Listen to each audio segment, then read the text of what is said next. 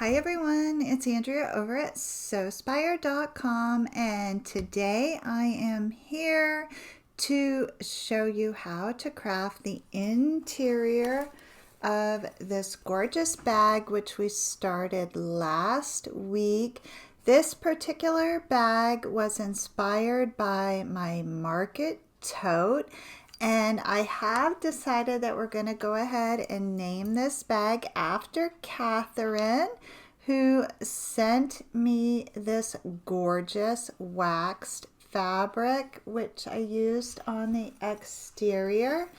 And so when I left you last week, we had just finished up installing the zipper pocket and attaching the exterior panels right sides facing, and then creating the depth on the side of the bag. After looking at the finished result, I did go back in and pick out all of the stitching, and I added 2 rows of stitching across that back panel to secure that soft and stable, which I used for the interior. So I will make a note of that in the PDF design board, but I definitely recommend that you tack down that soft and stable. So it was a little extra work for me, but it was definitely worth it because this bag is coming along beautifully and I want it to last me a long time. So right now we have the full length exterior pocket, and there are no pockets on the back of this. And then we have this super sturdy two-toned strap, which we crafted from 2-inch cotton webbing and then added the fabric accent to the front of that. I wanted to see how the handles were going to look, so I went ahead and attached one side. We're going to attach the second handle today. And this handle is finished, so it's attached on the exterior with 3 rows of stitching and then 2 rivets. If you do not have the ability to add rivets, just add a 4th row of stitching there. And then be mindful that you're not going to be able to overload the bag without the rivets there to add that stability, okay? But this really is an everyday bag, so I don't expect that you're going to keep that too heavy. Okay, so today I think I want to begin with the interior, which I did a little prep work for us, and I crafted one of the interior panels so that you would have a visual of how this is going to come together. So on this particular interior panel, I have incorporated a 3-way slip pocket, and then we're going to be segmenting that interior panel so that we can attach a recess zipper in that seam.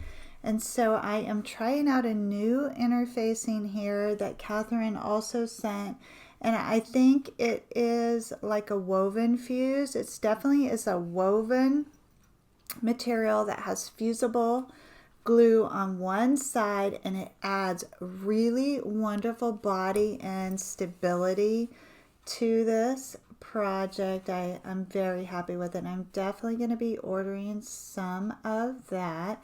So what you're going to do is initially you're going to cut out 2 interior panels which are 15 inches wide by 16 inches tall, and then you are going to trim off a 3-inch strip of that panel from the top so that you end up with a 3-inch by 15-inch piece and a 13-inch tall by 15-inch wide piece. And all of my interior body panels are backed with that like woven fuse type of material.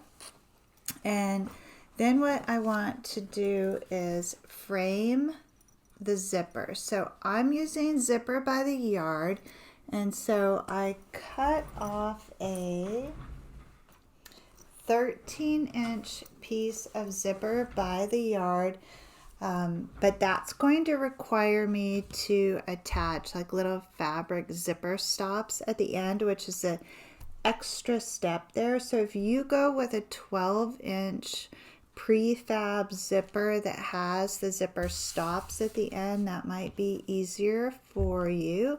But I will show you how I'm going to attach these fabric zipper stops, and then that gives you more options.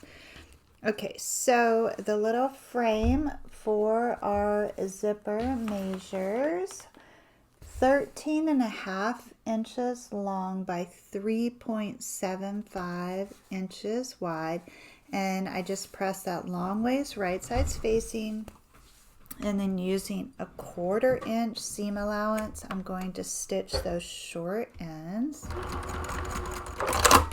And then I'm going to take this piece over to the iron, and I'm going to turn that right sides out, press really good, poke out those corners, and then I'm going to turn that raw edge in a 1/4 inch and press that so that I have a nice frame for my zipper. Okay, so this little frame is finished around all the edges, but I can insert that cut of zipper by the yard, the zipper tape, in between those layers where I press that over, and I'm just going to get that pinned in place, and then I will hold it up for you to see. And it would be advantageous if you framed out your zipper before you installed it on that panel. I just really needed to test this process, as this is the first time that I've ever done it like this, and make sure that I was happy with the look, and I'm thrilled with the look. So I have to do this the hard way right now. Okay, so I have the zipper tape tucked up in between those fabric layers, and now I'm just going to run a row of stitching across there so I can attach that zipper to that zipper gusset, or zipper frame I sometimes call it.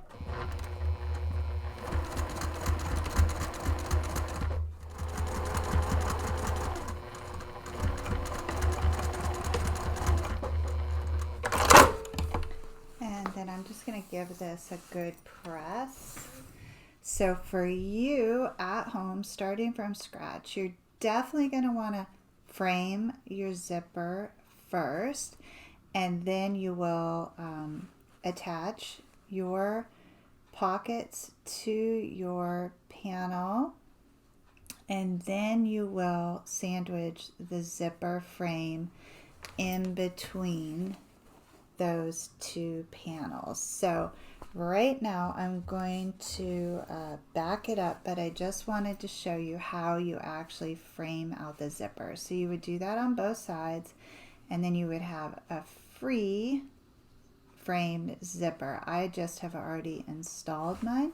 So I'm going to set that completed panel aside, and then we're going to work together to craft the opposite panel so you can see how that actually came to be.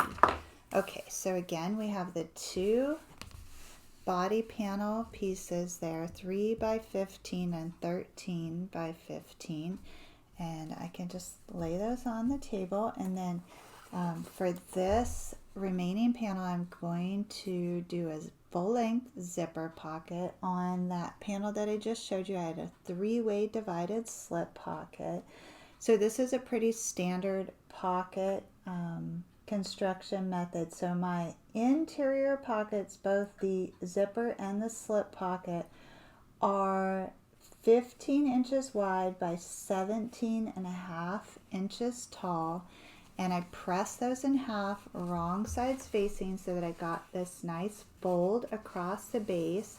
And then for this one, I am using an 18-inch zipper that I'm going to trim. And it has that a pretty red color that matches the exterior.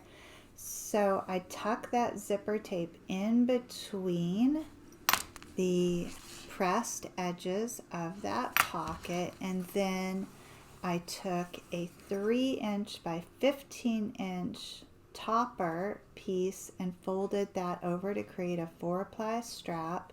And then I took some little 2.5 by 2.5" pieces of fabric and folded those over to create little zipper stops there, and tuck that all up in between the layers. And so my zipper is nicely framed here. And so what I'm going to do is just run a row of stitching across the top and the bottom to fashion that pocket.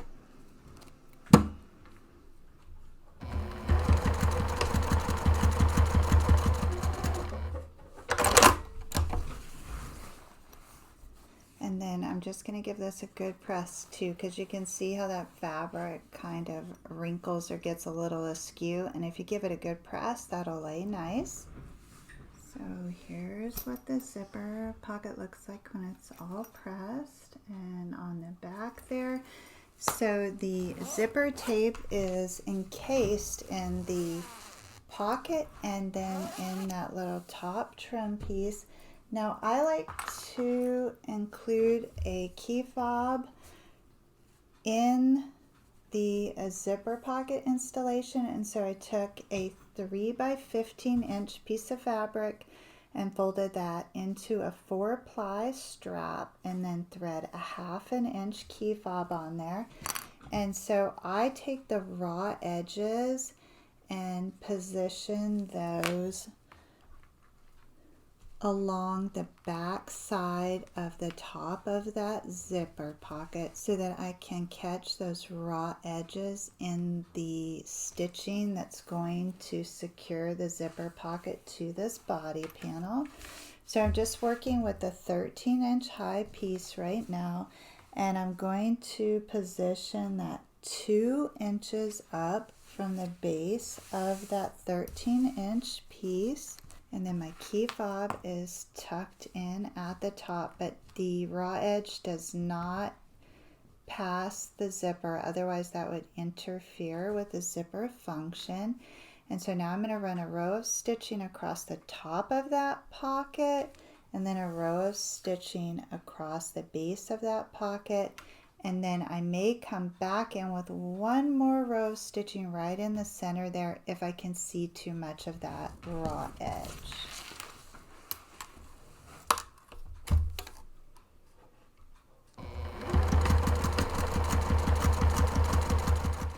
So I have the pocket secure. Now I just want to unzip that and see how much of that key fob raw edge I can see. So if I add one more row of stitching right down the center of that, it will encapsulate that raw edge and I won't see that.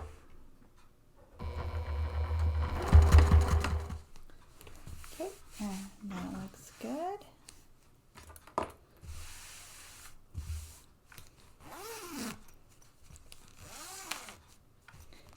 And then I can go ahead and trim off the excess here from the zipper, and that's because I have those fabric zipper stoppers in place there, so it will keep me from unzipping that zipper off the end there. It will also keep the zipper pull out of the seam there.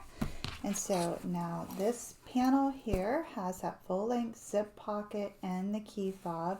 Now what I want to do is bring over this panel here, which I have already installed the zipper there on that one side, and I am going to position that right sides facing and align that remaining side of that zipper right at center on that panel, and I'm going to position this 3" by 15" topper right sides facing on top of that, and then I'm going to go ahead and hold that zipper gusset and that 3-inch piece and that pocket panel all together with 3 clips.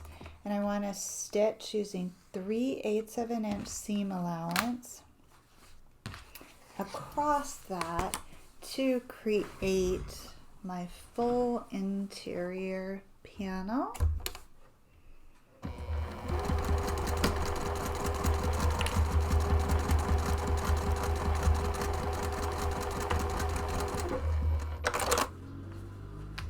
Okay, so that's what it looks like at the top. And then I want to fold that over so that I can access this zipper side of it, and I want to lay that zipper gusset so that it is laying flat towards the pocket, and I'm just going to run a row of stitching across that to have all those seams laying towards the base of the bag.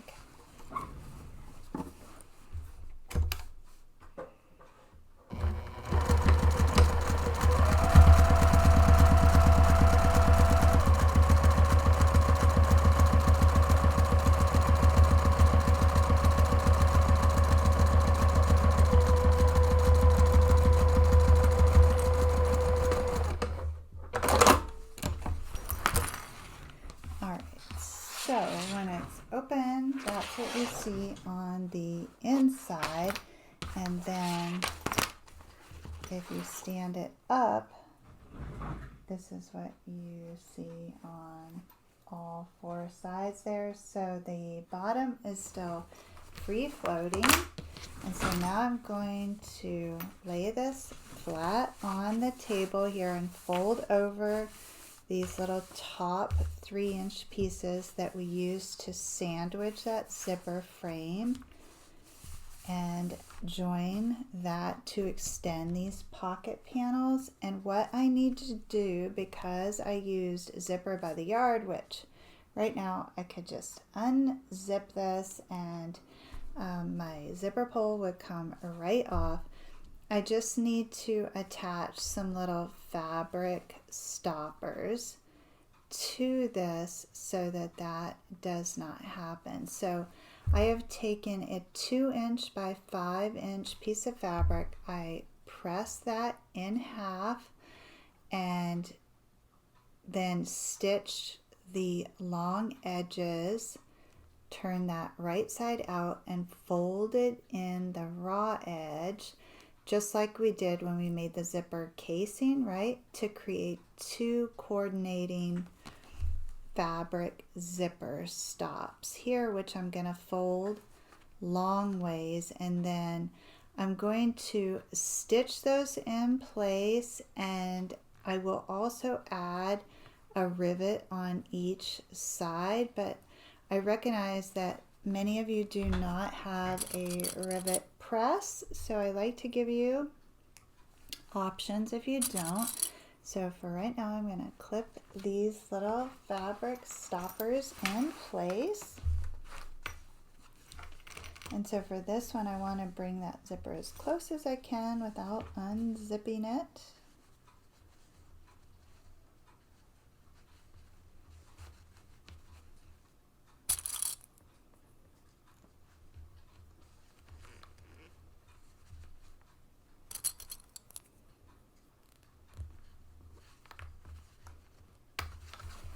And here's what that looks like. And so now I'm just going to run a row of stitching across there.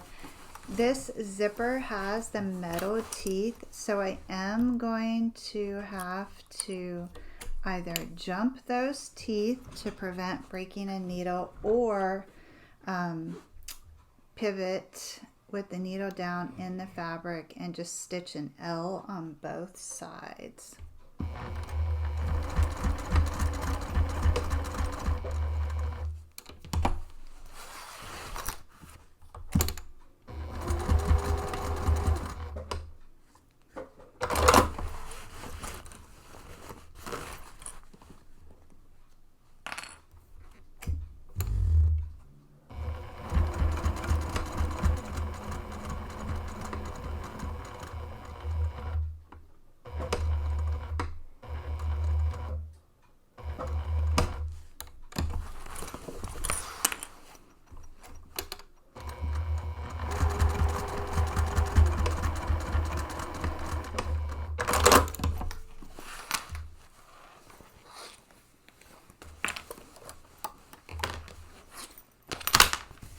Okay, so my little fabric zipper stoppers are attached to this zipper gusset or zipper frame there. And then I want to test that and make sure that I'm not in jeopardy of unzipping that right off of the zipper teeth. And then when I work with the rivets, I'm going to add one to each side of that, and that will just add a little touch of sparkle there, as well as secure those even more at the ends there. So now you can see how my recessed zipper will function in there. The next thing that I want to do, now I have body panels that measure 15 by 15, which matches the measurements of our exterior. So now I want to align that top seam there where we attach the 3-inch piece, and the zipper is not going to be in the side seam, so you just have to keep it out of that side seam. So mine is naturally folding towards the base there because of that row of stitching that I added to the underside. So once you have this 3-inch seam aligned, then you can align your sides and your base and your pockets if you like. Your pockets may be not at the same height depending upon what kind of pocket you created for the opposite side. So for mine, I did that 3-way slip pocket, which if you're familiar with my tutorials, it was just the standard press it in half, wrong sides facing, press over the top edges, and then stagger those slightly. Just a really basic slip pocket that I divided 3 ways. So now I have my interior panels nice and flat. That top 3-inch seam is aligned, and what I want to do is stitch down the right and left hand sides and across the base, and I'm going to use 5/8 of an inch seam allowance. I want to make sure I keep that zipper completely out of the seam.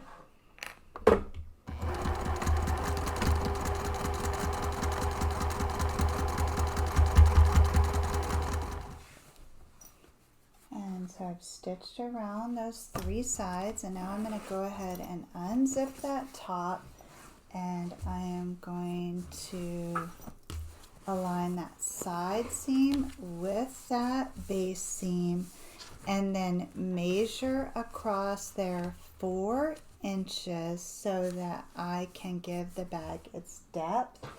You can also use the notched corner method for this, as long as your pockets have come up high enough that you're not going to be cutting into the pocket.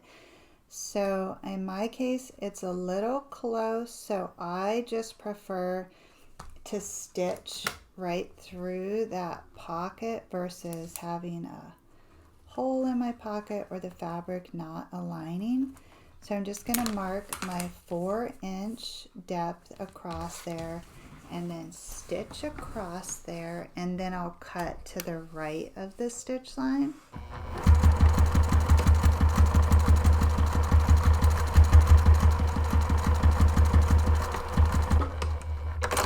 The notched corners are really nice to use on the exterior, so you can have that perfect alignment between the seams. But on the interior, I find it's often easier to use this fat or flat corner method. And so I have one side done there. Now I'm going to come over to the opposite side and align that side seam and that base seam. And then I'm going to use my ruler to determine the 4-inch depth across there, and I'll just mark that. That's a nice thing about working with this woven fuse, is you have a white backing so you can see any kind of marks that you make. It's very handy.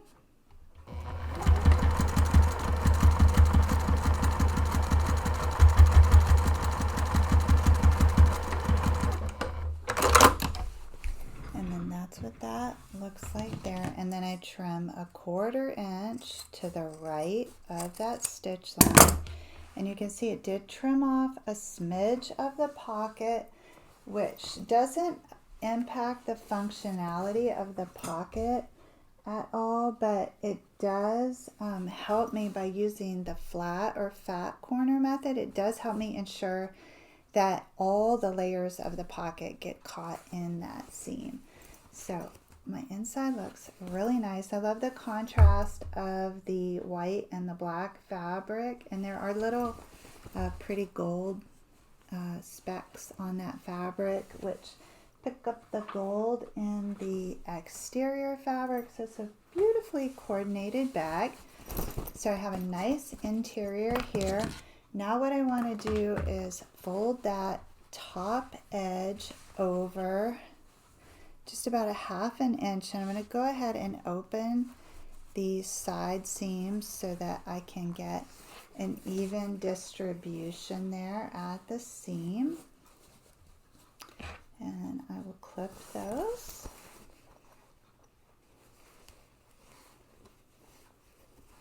If you are concerned about bulk at that top edge, you can trim those seams. I'm not too worried about that with this machine. So once you have the sides clipped in place, then the front and rear get folded over, and this interfacing also lends itself to finger pressing, which is super helpful. And so now the interior is complete, and I have a beautiful recessed zipper there that's out of the side seams and offers me a lot of security. And now what I want to do is bring back over my exterior, and I need to install the handle on the opposite side. So these handles, we left some excess of the fabric so that it could fold over and finish that handle really nice. And so these get positioned on the exterior of the bag, 2 inches down from the top and 2 inches over from that side seam. And that's what it looks like on the back and then on the front.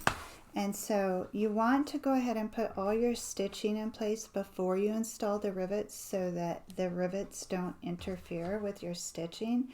So I'm going to run 1 row of stitching across the base of that handle. Then I'm going to bump up 1 inch and add a second row, and then I'm bumping up a 1/4 inch and adding a third row. So in total, each strap has 3 rows of stitching on it. And before you attach that second handle, of course, hold the bag up and make sure that the handles are not twisted and that they are even.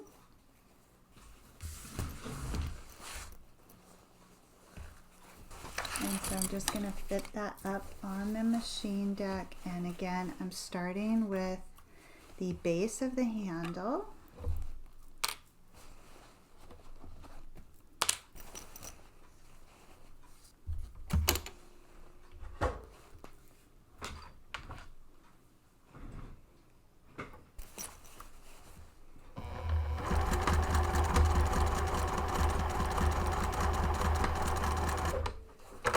And then I'm bumping up 1 inch.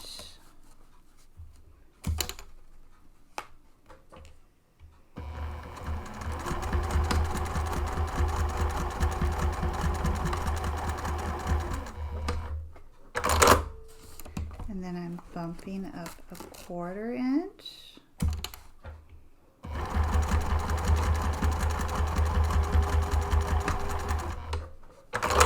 And I'm going to repeat that on the other side.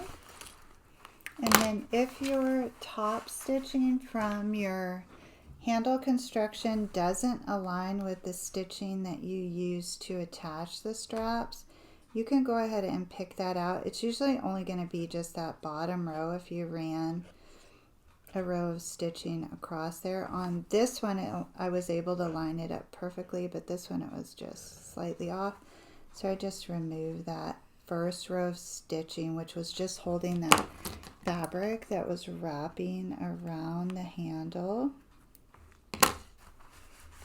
And so now my handle really is nice and secure, but I'm just going to add 2 rivets to each handle for a little added stability. And like I said, it just adds that little extra special touch. I just got this rivet press, and so I've been really enjoying learning how to use it. Hopefully I am actually doing it right. If I'm not, maybe someone will give me some pointers and tell me. So I want my rivets to come right in the center of that square that I made at the base. So I'm going to put 2 little dots in the center of that square, and then I will use the press to punch my holes all the way through the handle and the exterior of the bag.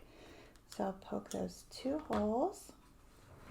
Okay, so I have marked my holes at the center of each box where I have the center stitching of the handle and then the 3 rows of stitching that I put across the strap. So there's 2 little boxes there, and I marked a hole right at center, and then I have my hole attachment there, or I can't think of what you call this tool right now, but it basically punches a hole in the fabric, and so I have that installed in the top. Maybe some of you all know this is the attachment that I've been putting in the base of this to punch the holes. I hope that's right. If it's not, and I'm supposed to be using one of these other attachments, let me know in the comments. I'd appreciate that.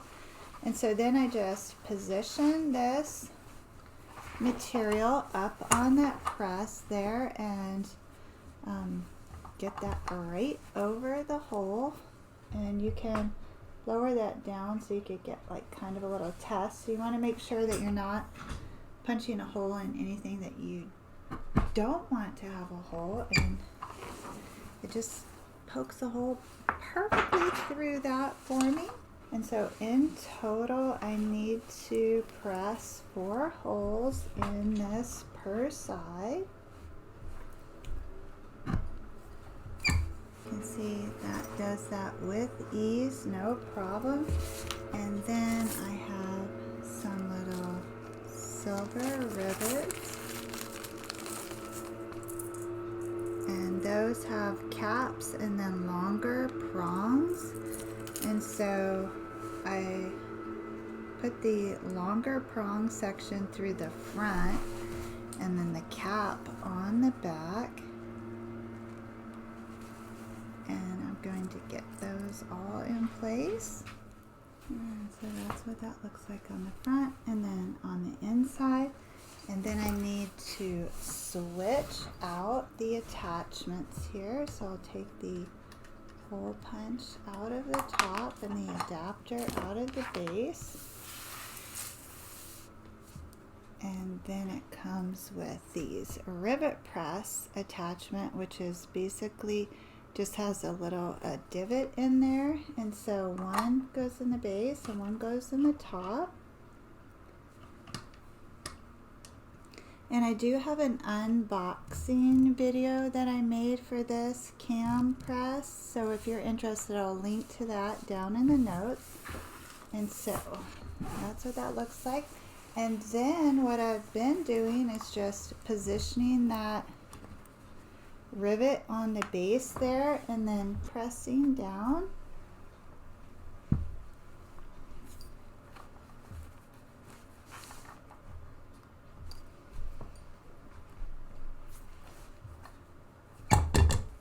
And then that locks those rivets in place, and that's really all there is to it. It's quite a handy tool that definitely takes your bags to the next level. Now you remember I said I wanted to install 2 rivets in the end of this zipper here, but now that I see it and how nice it sits against the side, I'm not gonna bother doing that. So I think I'm done with the press here. We'll move these out of the way and we can finish constructing this beautiful bag. Right, so now that my handles have been attached to the exterior, I just want to fit my interior inside of the exterior.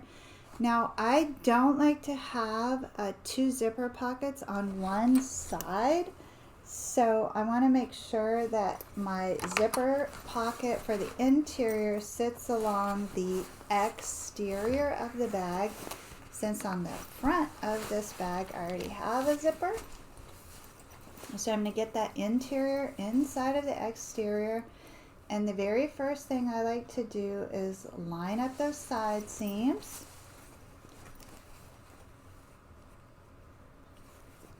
And then I come around the front and the back. With this one, you may have to reach inside and smooth that lining.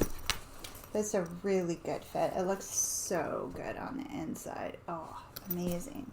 Okay, so then you're going to go all the way around the front and the rear of this and align the top edge of the lining and the exterior. Be mindful to keep those side seams aligned, and as long as your seam allowance was consistent, everything's going to line up nice for you. Use lots of clips here to keep everything nice and straight, and it really is a perfect fit. Oh, so pretty. Here's a little test fit there, and that's what it's going to look like on the inside. And I'll zip up that zipper for you so you can see how nice that sits in there. That's my new favorite zipper installation method for sure. Just looks great. Oh, I'm going to load this bag up right away. But before I can do that, what I have to do is secure all of this. So I'm going to unzip that top zipper and then position this up on the machine deck. I'm going to start at the side seam, and I'm just going to stitch all the way around this perimeter. I'm lining up the right hand edge of the foot with the top edge of the bag.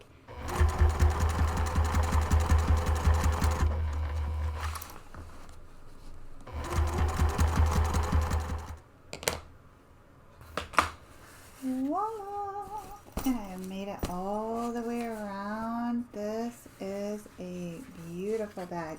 I am glad I did not stitch the handles into the top stitching, because that will allow them a little bit of wiggle room there, and I think it would just be too rigid if it were attached there.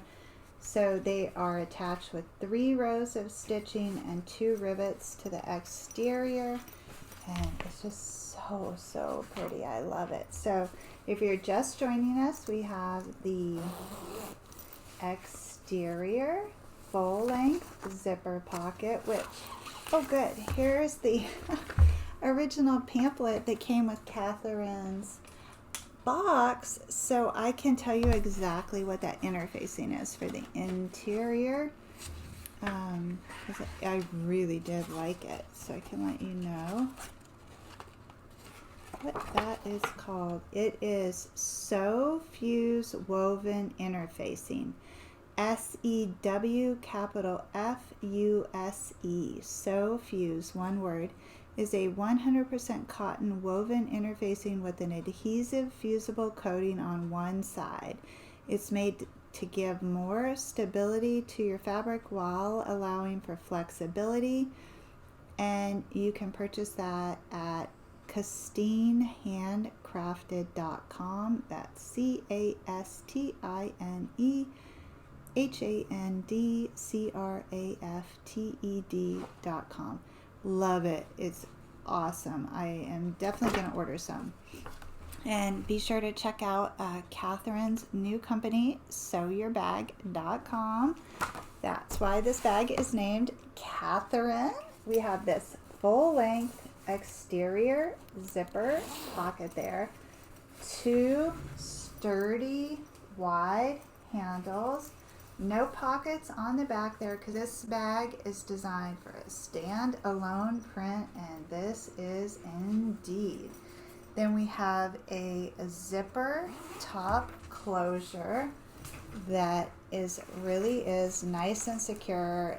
You're not even hardly fitting a finger on the side there, so no chance of being pickpocketed on the sides. And then inside I have 3 slip pockets and another full-length zipper pocket and a swivel fob. So it has 1, 2, 3, 4, 5 pockets in total, and it is sized for everyday use. Across the base, we're coming in at 11 inches, and then height is 12.5, and the depth is 4 inches, and then the drop on the handles is 8 inches. And for me, that fits nicely on the shoulder. It is just, again, perfect for everyday use. It truly is a beautiful design crafted from beautiful fabric. My thanks to Katherine again for sending me the material and the notions and all the goodies there. I absolutely love what you're doing, Katherine. And now I have this gorgeous bag named after you that I will carry with pride. So I want to thank all of you for joining me here at Sewspire. If you are new to the channel, please check out my blog, Sewspire.com, where you will find hundreds of step-by-step tutorials. And I would love it if you would subscribe to the channel and then click the notification bell. I upload a new tutorial Tuesdays, 2 p.m. Eastern, and then a weekly vlog about whatever inspired me that week on Fridays at noon Eastern. So I will see some of you this Friday for the weekly vlog, and then some of you next Tuesday. I hope everyone is staying safe and healthy. As always, please know the creative genius in me will be celebrating the creative genius in you. Thanks for sewing with me.